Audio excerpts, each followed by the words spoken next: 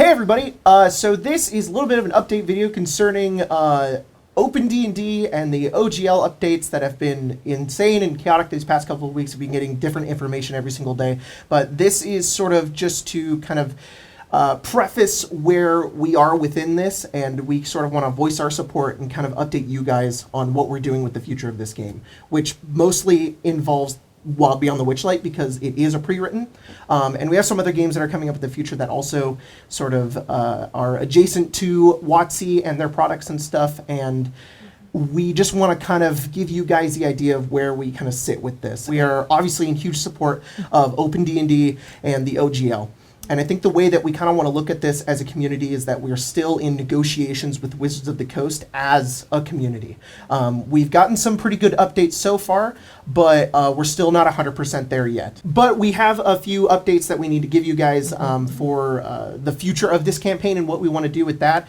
And I will pass it off to Colton from there. Yeah, so with all that's happening, we're reverting back to 5e, which is currently, as we know, under OGL 1.0. So in support of that OGL, we're rolling back, as well as not using D&D Beyond for any purpose anymore. So everyone's going to be on paper character sheets, which they already were. That also spans all of our campaigns throughout Arcane Arcade. We're no longer going to use D&D Beyond. Yeah, and then I am also going to use the Beetle and Grimm's little hand booklets that they made of the adventure to even take a step further away from the official WotC release book. And one reason why when we were talking about this, I really wanted to stick with the book is because it's not even so much that is the story that we're telling, it's that's the framework that we're using to tell the story of their characters. And so with where we've gone so far, switching that on the fly would feel disrespectful to the story that was being told, and I want to continue to have fun, them to have fun without having to kind of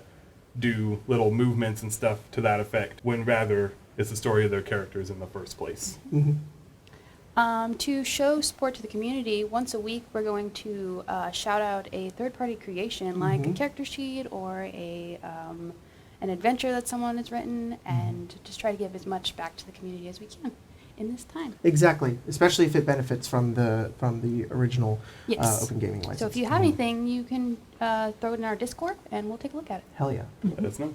It's also important in these times when we're giving criticism or showing our displeasure that we use proper channels. Things like Wizards has allowed us to interact with these surveys, make sure that the answers are genuine, or uplifting voices who have done the research for it and showing our displeasure. You can delete your D&D Beyond subscriptions in support, but what you cannot do is attack employees.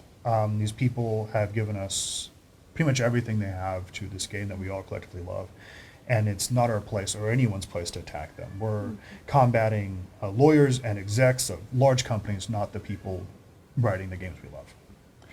And finally, just going off of that, the heart of D&D has always been not the corporation, but the table. It's the stories that we're making here.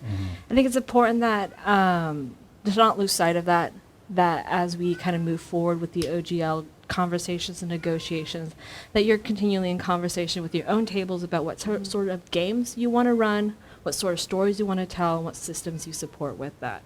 Whether it moves to Pathfinder, whether that's trying out the Apocalypse world, which is like my favorite, whatever it is, just know that what we want is for people to continue to enjoy creating in this space and telling their stories. And this affects all of us, so it's helpful to show your support for this kind of stuff, because this is the entirety of the community in the game that we love, and we want to continue moving forward, telling these stories and having fun here on the channel. We don't want to have to undo everything that we've done, which is why we're kind of trying our best to sort of sit in the middle between all of this. So thank you all for watching this. We appreciate all of your support. We love all of you guys, and hopefully we can look to brighter future and better news in the future. So again, thank you guys so much, and we will see you on stream.